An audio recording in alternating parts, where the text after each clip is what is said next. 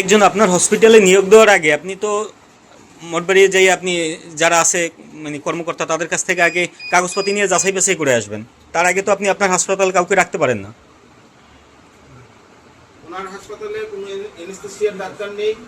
ওনার হাসপাতালে রিসিপশনিস্ট দিয়ে অপারেশনে অ্যাসিস্ট্যান্টের কাজ করানো হচ্ছে এবং অ্যানেস্থেসিয়ার যে ডাক্তার থাকার কথা, যিনি অ্যানেস্থেসিয়ার বিষয়ে অভিজ্ঞতা লাভ করেছেন এবং ট্রেনিং পেয়েছেন, এই ধরনের কোনো ডাক্তার উনি প্রদর্শন করতে পারেননি। কিন্তু উনি ওনার ক্লিনিক, বেসরকারি ক্লিনিকে লাইসেন্স ব্যক্তি রেখে উনি অপারেশন চালাচ্ছেন। এটা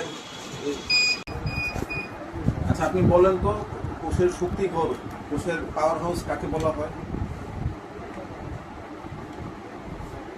একটা এককোষী জীবের নাম বলেন তো। ক্লাস 7 এর প্রশ্ন। একটা এককোষী জীবের নাম বলেন, ক্লাস 7 এর প্রশ্ন ধরলাম। আপনি কি ক্লাস 9-10 কি সায়েন্সে ছিলেন?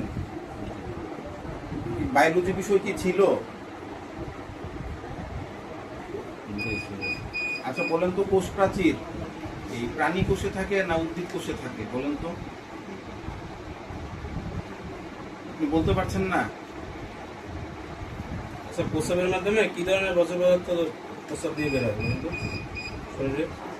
কোন ধরনের ময়লা বর্জ্য পদার্থ?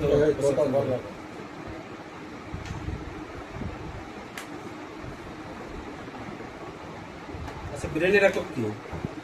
মানুষের ব্রেনের কোষের একক কি?